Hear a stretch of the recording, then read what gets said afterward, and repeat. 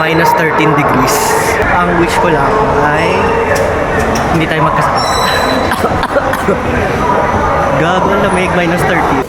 Come walk with me for 10 minutes papunta sa accommodation ko. So, story time, habang naglalakad ako. Nasa Harbin na ako, kakadating ko lang. And nag-overnight train ako. It's actually 7 o'clock in the morning and it's currently minus 13 degrees. So, hello sa mga kakalgary natin dyan. I feel has the same weather. Pero, ang saya kasi it's snowing ngayon na dumating ako. Ito yung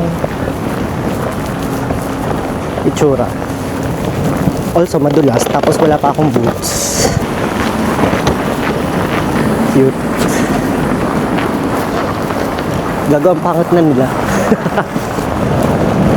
Also, saan na ba ako? Wait. So, tatawid tayo.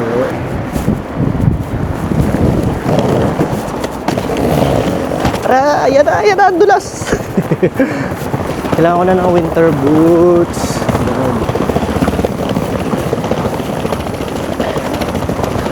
Kaya natin to.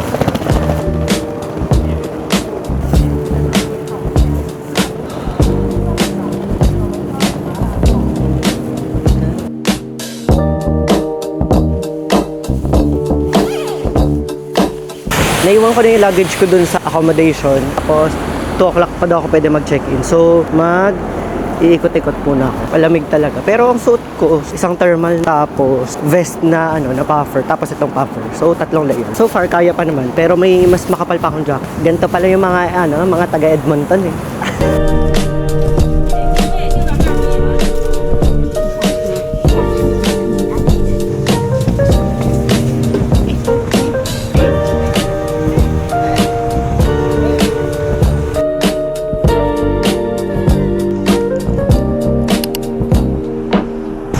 Ito na tayo. Let's go sa Sofia Cathedral.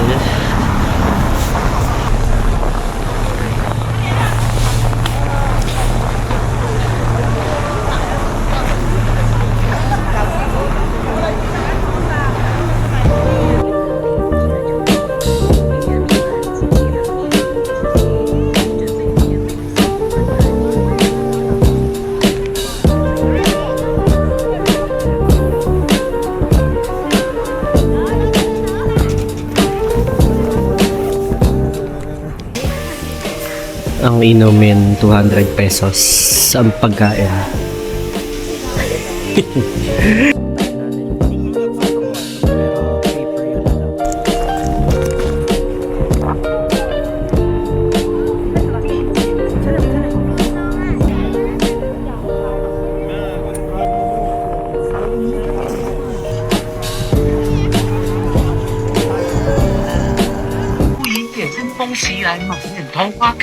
Ito 189, mga 1.5 ganyan. Not bad. Katabi lang to ng Sofia Cathedral.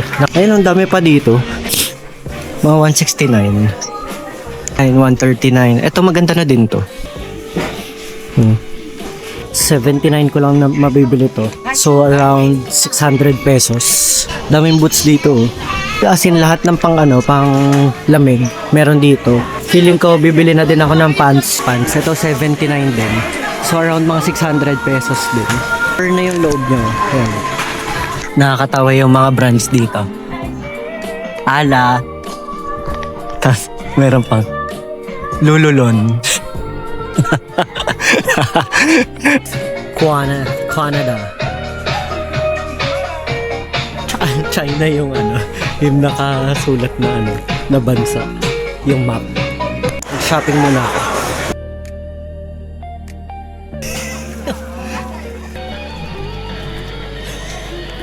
So tapos na ako mag-shopping. Ito ang bibiling ko. Ito. Let's go.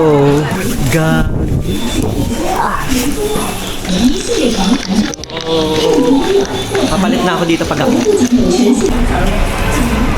Suot ko na. Sorry. Kita mo, walis ting-ting lang din naman yung ginagamit dito pang walis. Kami nagla-live dito. Bakit ganun? Makapag-live din kaya. Hey guys, so nakabalik na ako dito sa accommodation and pinapasok na nila ako for check-in kahit 10:15 pa lang. So ito, quick room tour. Eto na yun. So, ayan, may ganyan. Tapos isang bed. Yan, may aircon. Tapos, ito yung CR. Tapos, grabe yung CR, oh. Oh, so, yung toilet. Tapos, ito na yung shower. Tapos, ito yung sink. At mag-check out din ako bukas. Kasi pupunta ako ng Yabuli. At saka ng Snowtown. Sa Snowtown para ako matutulog bukas. Pero overnight lang. So, pagbalik ko, dito din ako mag-check-in. Para mag-explore dito sa Harbin. Mag-haul muna ako ng mga napamili ko. So, ito, vest na nabili ko. I think 29 to or 30. Malaki pa nga to sa akin. Ayan o. So, ito yung first. So, yung next is ito. 79 ko siya nabili. Size 45 siya doon. Itong 79 ay around 680. Tapos itong 30. So, 255 pesos. Pants. 4XL to.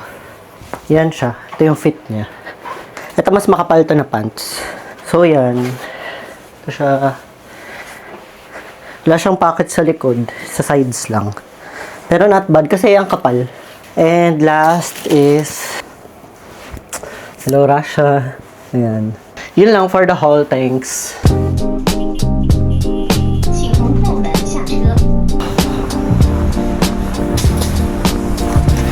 Story time. Pagsakay ko kanina sa bus, parang naramdaman ko na hihikain ako. Tapos hindi ko dala yung inhaler ako. Parang mas dun ako nagpanic. Wala, mind over matter na lang to. Anyway, magla-lunch pa lang ako bago ako pumunta sa Polar Land para makita mga penguins. I think this is hojicha. Joke. So, ito yung in-order natin. Nagtuturo lang ako dun kung paano. Kasi hindi ko alam kung paano umorder. Basta ito, 22 yuan, 200 pesos. Panda Express Go. So,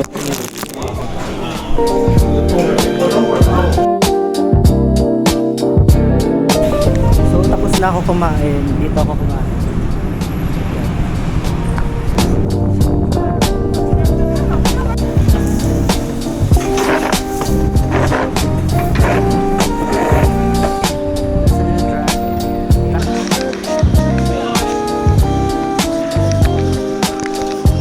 So, first time na magte-train dito sa Harbin.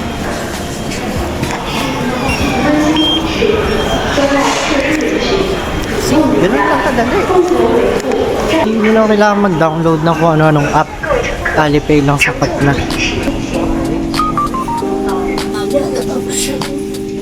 So cool.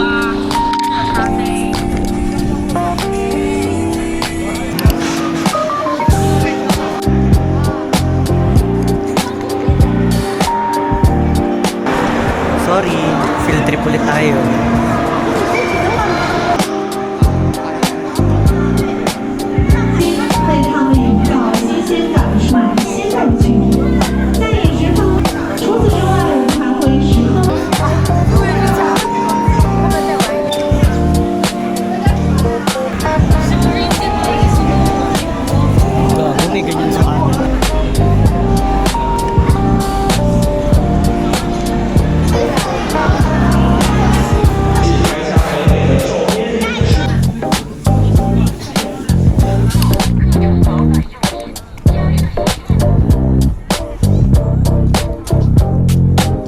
So tapos na ako dun sa Polar Park kasi sabi ko mag-move na ako dun sa Sun Island. E di bumili na akong ticket din sa trip.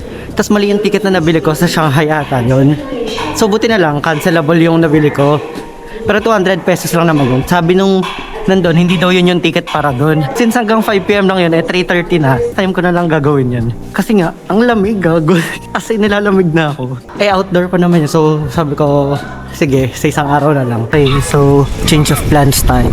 Punta na ako sa Zongyang Street. Tapos pupunta ako na rin yung Shaolin Park siguro. So yun, hindi tayo uuwi muna kasi sayang yung araw. Okay, welcome to Zongyang Station. Zongyang Street pala. Parang okay dito eh. Should I check? Sige nga.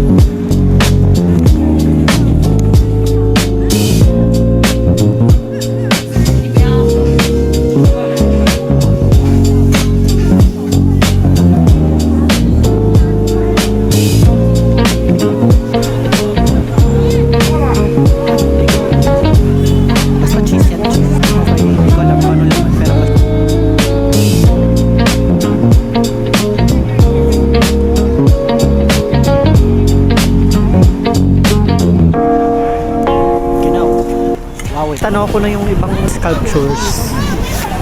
Nasa kabilang ano lang, tatawid na lang ako dito.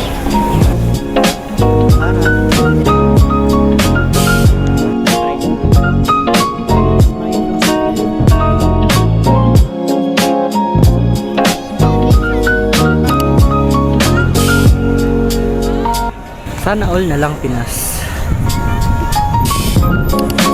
Carnival.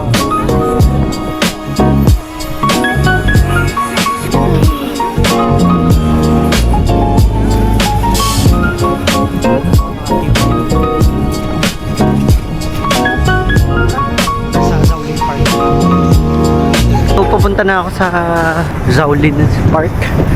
So, hindi ko ba alam kung bakit ganito. So, andito na tayo sa loob.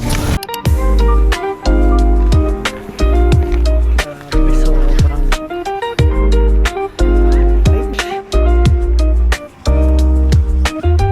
Ano to?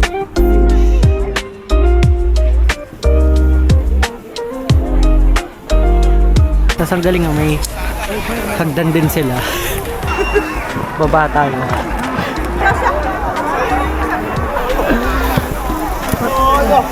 Safe tayo, safe. Naglalaro lang yung mga bata.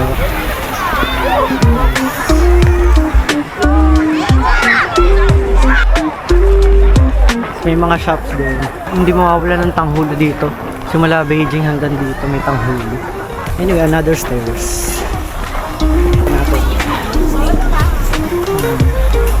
Pwede rin mga ano to, mga 2 hours siguro. Kung gusto nyo mag-picture-picture. Pero kung dire-diretso lang kayo, mabilis lang. 30 minutes siguro, pwede na. Tsaka mas maganda siya pag gabi kasi nga may lights. Selfie na lang ako. Selfie. Sarap nga mag-jogging dito. Saya lang. Ah, totoo ba yun?